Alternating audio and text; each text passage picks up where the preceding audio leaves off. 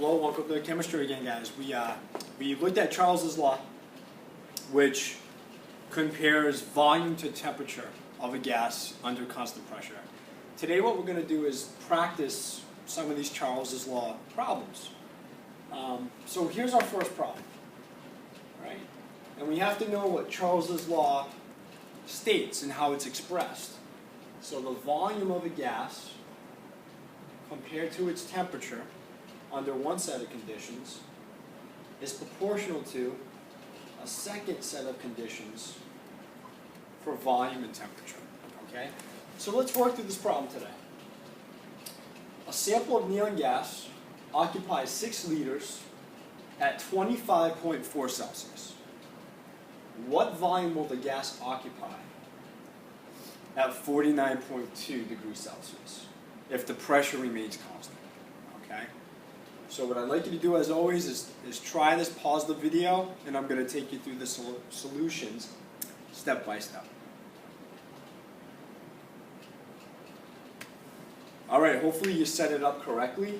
You were trying to find out what the new volume of this gas is going to be. So let's look at the solution here. Let's see how this is looking.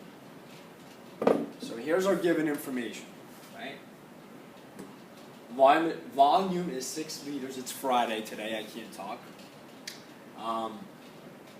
Our temperature is in Celsius, but we have to remember to convert that to Kelvin because Kelvin doesn't have any negative values. So to do that, we add 273.15. So we get 323.95 Kelvin. So that's T1, right? So we know the volume and the temperature of this gas. The second temperature, 49.2 degrees Celsius, I also add 273.15, and I get a new temperature of 322.35. So not a big difference, right? But this gas is slightly cooled. It's cooling down just a little bit. Okay.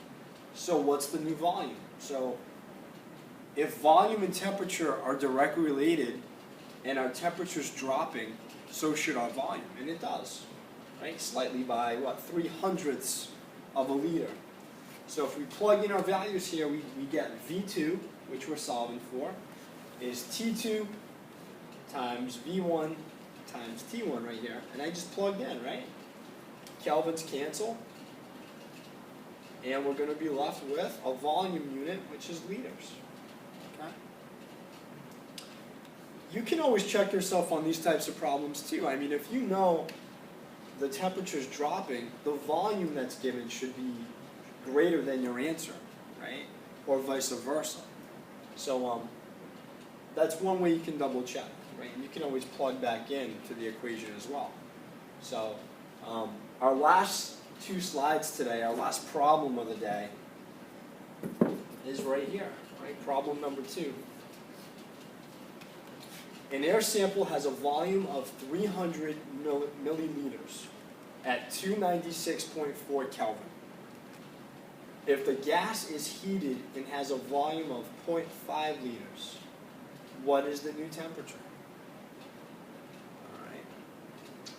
All right, let's see how you do on this. All right, let's go over this answer. Ask yourself, is this gas cooling down or is it heating up?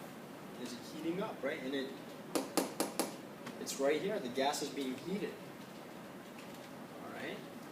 And what do? They give you the volume in milliliters and they give it to you in liters. Not a big deal. You want to make sure you convert them to the same unit, right? You can get this to milliliters, or you can keep it in liters and get this to liters. So what I've done is I'm going to move this decimal over 3 spots and get 0.3 liters. Okay, and we're going to plug in here. So the solution set for this, okay, I convert milliliters to liters. I keep my temperatures, right? They gave it to me in Kelvin, and our second volume. So look what happens here. The volume goes up from 0.3 to 0.5. The volume is getting bigger under constant pressure. It's increasing, so the temperature also increases, right? The expression we get here is going to be T1 V2 over V1. Right? and 296.4 is T1 times half a liter, which is V2, over my my initial volume. And once again, the liters cancel, and we get 495 Kelvin. If a lot of you are being confused, if you're getting confused how I'm getting this expression, guys, it's basic algebra, right? It's just taking variables and moving variables around. So we know that Charles's law says this, right? And if you're wondering, well, how the heck did he get that? How did he get T2 over there? Look what's happening to T2. Let me get an eraser here.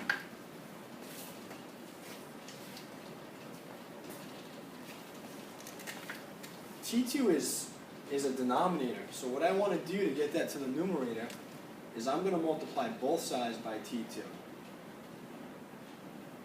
Right? They're going to cancel, so they're gone.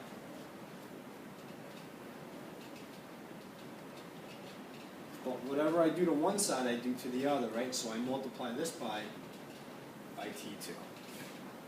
But we have V1 and we have T1. So look what's happening to T2. It's being multiplied by V1. So we have to divide by V1 to both sides. What does V1 and V1 What does V1 and V1 do to each other? They cancel each other, right? So that's gone. Let's move to the other side. And then finally, there's T1 as a denominator, so let's multiply both sides by T1.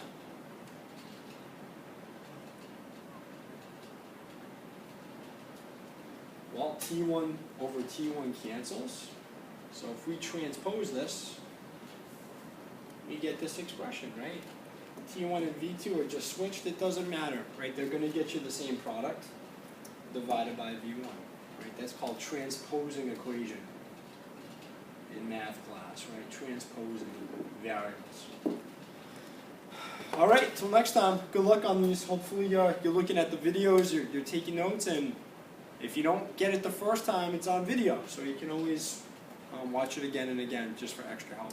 All right, I'll see you guys in class, and good luck on these, as always.